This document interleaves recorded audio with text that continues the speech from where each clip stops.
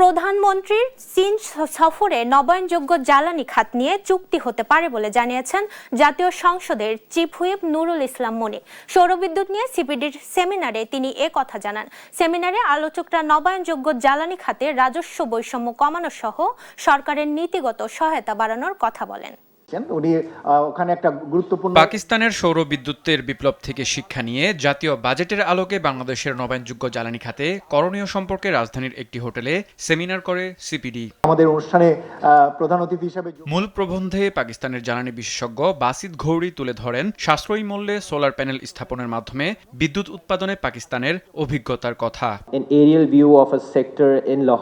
নবায়নযোগ্য জ্বালানির ব্যবহার বাড়াতে এ খাতে রাজস্ব বৈষম্য কমানোর আহ্বান জানান বিশেষজ্ঞরা। সরকারের উচিত হবে বাজেটে পাশ হওয়ার আগেই নবায়নযোগ্য জ্বালানির সুবিধার ক্ষেত্রে এই রাজস্ব বৈষম্য যেন তুলে ফেলা হয় এবং সকল ধরনের ইসের ক্ষেত্রে আমদানির পর্যায়ে শূন্য শুল্কে যাতে এই জিনিসগুলো নিয়ে আসা হয়। অন্যদিকে আমদানি নির্ভরতা কমানোর পাশাপাশি সৌর বিদ্যুতের উৎপাদন বাড়ানোর লক্ষ্যে সরকারের নীতিগত সহায়তা চান খাত সংশ্লিষ্টরা। অবশ্যই আমাদের হলো গভর্নমেন্টের লেভেল থেকে আমাদের পলিসি সাপোর্ট বা ডিউটি ফ্রি ট্যাক্স দরকার। ফাইন্যান্সিং, যেটা বাসিত বলল, ফাইন্যান্সিং লাগবে না।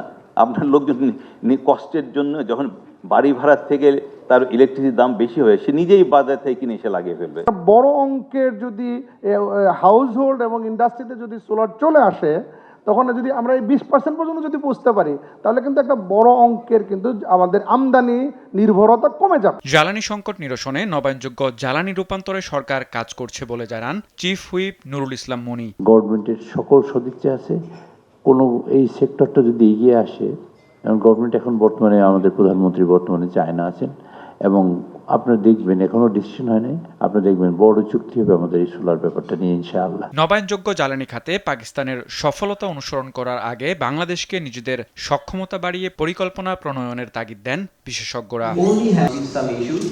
আরাফাত ইসলাম, দেশ টিভি, ঢাকা।